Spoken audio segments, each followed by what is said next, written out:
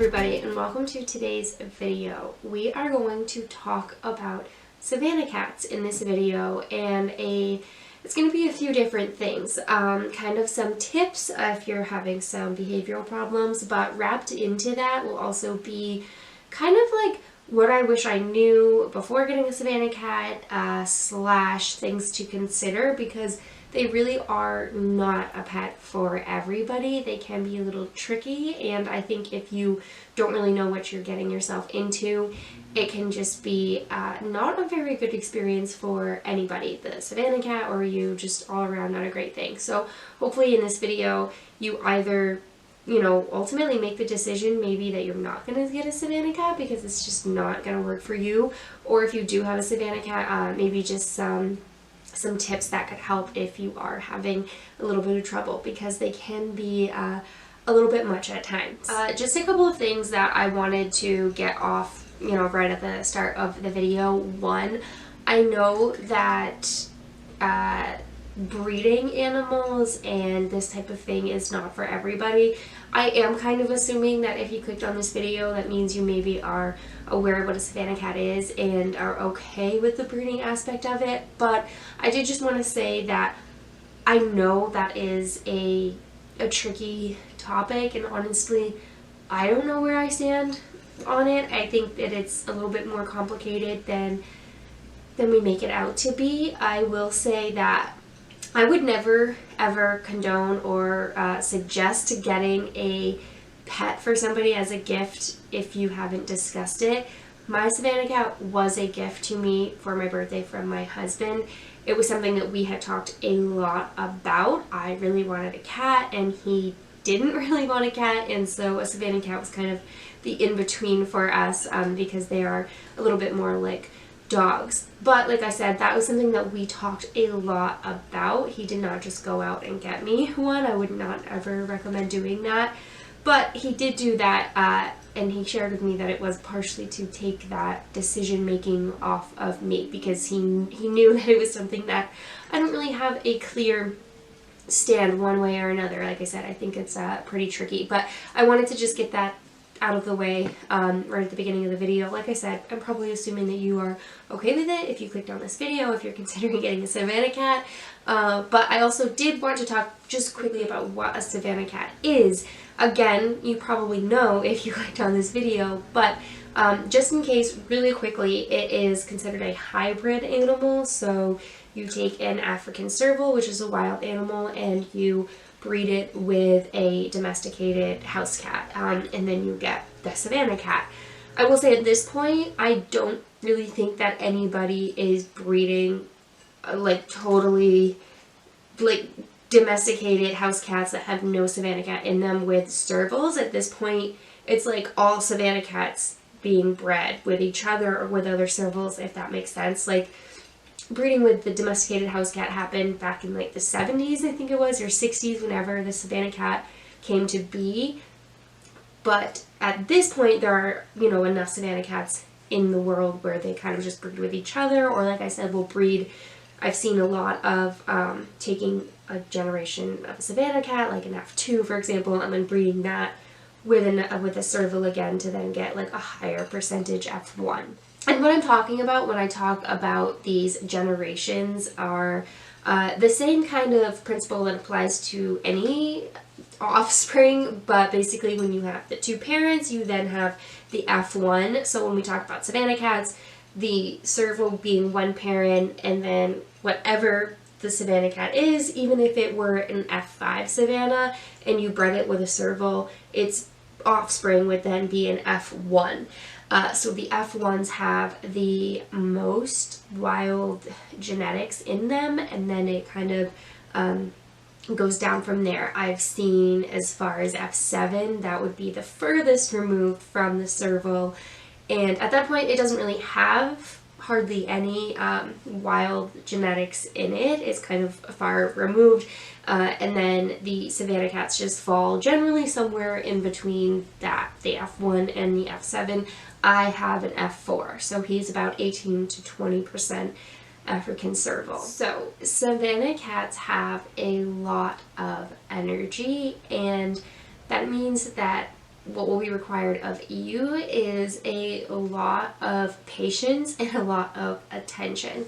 They don't just have a lot of energy, they need to be stimulated, like mentally be stimulated often throughout the day. If I'm home with my Savannah cat throughout the day, he is constantly wanting my attention. It's not a cat that's going to just like sit in the corner and sleep all day and kind of let you do your thing. It's much more like a dog or a child that like wants you to be engaging with it throughout the day. Especially when he was a kitten, he wanted to be doing what I was doing. So when I would be doing the dishes, I would give him like a little bowl and then like a butter knife with some water or a spoon or something like that and put it on the floor, and he would just play with that while I was doing the dishes. Otherwise, he would be climbing into the dishwasher, just like getting just really into what I am doing. When I'm cooking food, one thing that I'll do is, well, he always wants to sniff what I have. So I'll let him sniff it. And if I let him sniff it, then he tends to leave it alone a little bit more. Like, he's just curious. He wants to know what I have, what I'm doing. And then if I pull up a stool or something where he can kind of be engaged with what I'm doing, but not like on the counter bothering me, it's a really good compromise for the both of us. And I think there are a lot of ways that you can give your cat stimulation and stuff that it needs that doesn't require you, because obviously you can't be doing that stuff with your cat all the time, and you probably go to work, and I don't think that you have to be at home all the time to have a Savannah cat. I think that you could, I wouldn't suggest working like an extra long, like if you're somebody who works more than 40 hours a week, probably not, but I think you could maintain a normal work schedule and still have a Savannah cat, because there are plenty of ways that you can keep them satisfied without being home. My Savannah cat loves climbing, of course, so he has plenty of towers, but we also have, if I remember, I'll put like some clips of the type of situation we have in our house. And I know that our house is kind of unique architecturally, so your house may not be like this, but you could kind of create something similar by putting building like those shelves on the wall and stuff like that, because we have these sort of like this is the only thing I can think to call them, but I don't even know what they are. It's just a part of the house that sticks out beyond the wall a little bit more, and then there's like a space in between that and the ceiling, and he can climb up there because he's a Savannah cat and he can get just about anywhere that he wants to. So he loves to climb up there. Maybe create something like that for your cat where they can be climbing up as much as possible, because we have cat towers and they're great and he loves them and he uses them all the time, and he still wants to be climbing higher. So I would say, like, give them as much vertical space as you safely can, of course. The other thing though that is really, really great is his cat wheel, his big like hamster cat wheel. It's pretty cool. He uses it. He goes through phases, but he has been in a phase probably for a year now where he uses it just about every single day. So that's a great way to give them something to do when you're not home and they just need to get a little bit of energy out. We also use the little puzzles. Again, I'll put a clip in if I remember. I forgot to grab it before I came over. Just one of those food toy puzzles where you put treats inside and they kind of have to figure out like how to get the treat. This one's not too crazy. It basically just involves like moving sliders up and down or moving a flap that open and closes. They make them like very complex if you need to. I would recommend starting at one that's a little bit you think will be doable but maybe still a challenge for your cat, because if it's like too hard they will give up on it and they won't go back to it, if that makes sense. So I think the one that we have is like a pretty good in between for him. Savannah cats are naturally, in my experience anyway, and that is just something that I meant to say at the beginning of the video and I totally forgot. This is just my experience. I have only ever had my one Savannah cat, and like I said, he's about 3.5 now, so I've had him for like, you know, that much time. So everything that I'm talking about is limited to that experience, and you may have had a million Savannah cats and like you're like, no, you're so wrong. I don't know. So this is just the very, I would say, while I'm somewhat experience, very limited in the sense that he's the only one that I have ever had.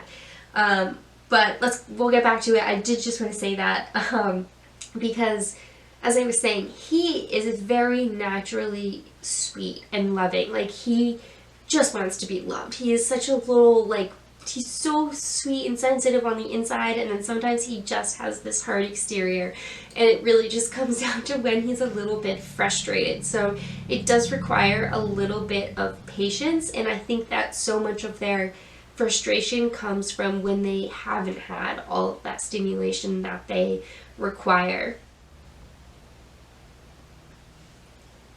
And I think that there are different reasons that you may be struggling with your cat, if you are your Savannah cat, if you are having behavioral issues.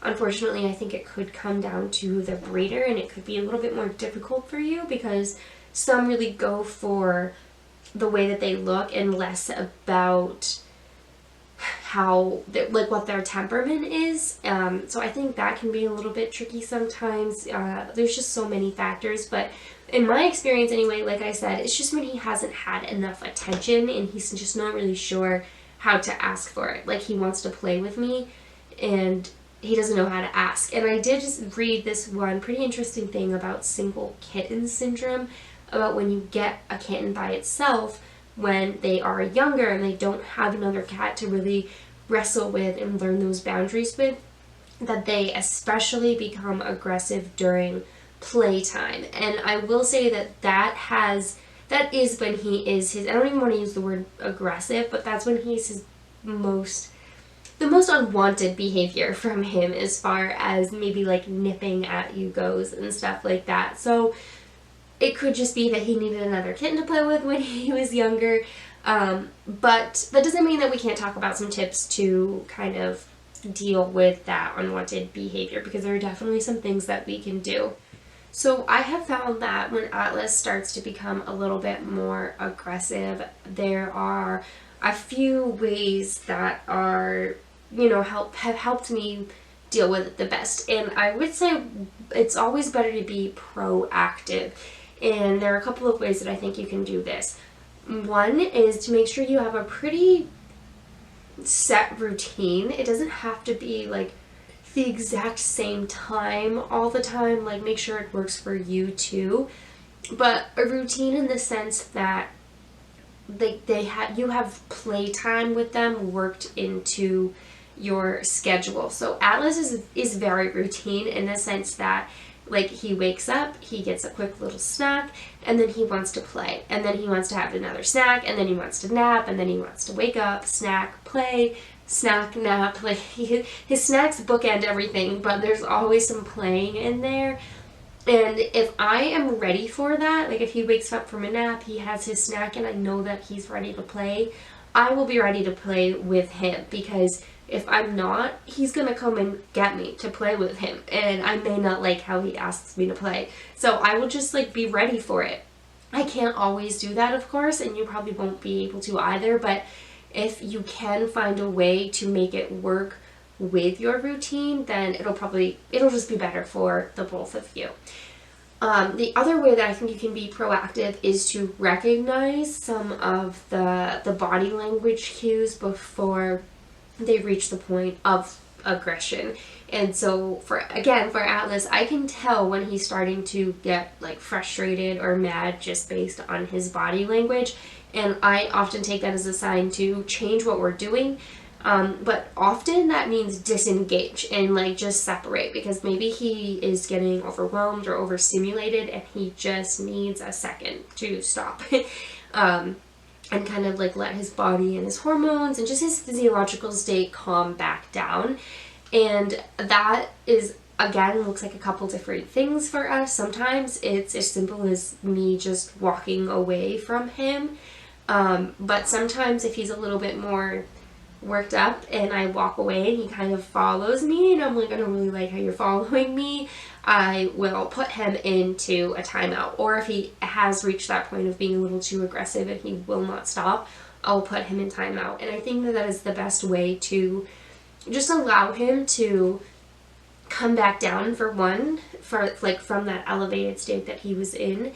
But also, like I said earlier, he just wants to be with me and he just wants to be doing what I'm doing. So for him, the biggest punishment is truly being by himself and not being able to see what's going on. There is, I don't think, any physical or like any other punishment like that that would work for him, because he doesn't care. What he cares about is being with me, and that is the thing that I have found works the most. I would never ever suggest or condone like physically hurting your animal, and so I find that this is the best way to deal with that unwanted behavior, because I don't think that adding more aggression to a situation that's already aggressive is gonna make anything better. And even the times when I've had the thought before, oh, like if I yell and almost like scare him, he'll kind of like snap out of it and he will be like, oh no, I can't do that kind of thing. No, if I have yelled, he has only gotten more aggressive. So I find that keeping the situation calm and stern, like hold, like I'll stay firm and I'll say like no, you can't bite, and say no calmly and firmly, but stay calm and just separate and allow the situation to come back down. And I found that that works the best for me and for Atlas. And a couple of things that I wanted to say with timeouts. When I, a couple years ago, had started reading about timeouts with cats in the first place, had read that you don't want it to be too short and you don't want it to be too long, because if it's too long, they'll kind of forget why they're in there, and if it's not short enough, or I mean if it's too short, it won't really be enough of a punishment, if that makes sense. So I had found that anywhere between like 15 seconds to a few minutes tends to work the best for Atlas. Sometimes I will do it very proactively, like very preemptively, like I was saying before. So if he even just shows a little bit of those signs and I just feel like it's a little too much, I'll just put him in timeout just to be like, no, this is not where we're, like, we can't take it down this path kind of thing. But that will be a very short timeout. His longer timeouts tend to come when he's just like really not getting it and really not stopping, and I'm like, okay, you need to really calm down for a few minutes. Those would be a little bit longer. There have been instances where, I don't know, maybe he's just having a really bad day. It's kind of hard to know, where we've had to just, I'll go into the other room, into my office, and shut the door and to work on the computer for a little bit, and he has free reign of the rest of the house, so it's not like he's in timeout. But just sometimes that separation is actually, I think, necessary to allow them to really kind of reset that mood that they're in. And I think that, those are really the biggest unwanted behaviors that I would say I experience with Atlas, is a little bit of the aggression and sometimes just constantly needing that attention from me and kind of just needing to create some space from him, him getting into the things that I'm doing and that sort of thing. And really, just to sum it all up, I think that any unwanted behavior, no matter what it is, really comes down to them just needing the proper attention and stimulation and play. So I would say, more than anything, if you are going to get a Savannah cat, or you do have one and you are struggling, keep in mind that routine, play, and stimulation are going to be your best friends with the cat. And again, stimulation doesn't have to always be from you directly. You can find other ways to do that, but that play component too, playing with you, is also going to be really huge, and that routine as well, because we're all kind of naturally like beings of routine, and it does help your cat. That is all I have for today. I know it was a little chaotic, a little bit all over the place. Thanks for bearing with me if you have this far, and I hope that it was still a little bit helpful, ultimately, despite it all. I think I am all done there. I am sick and kind of losing my steam here. You can probably hear it in my voice a little bit. But until next time, go.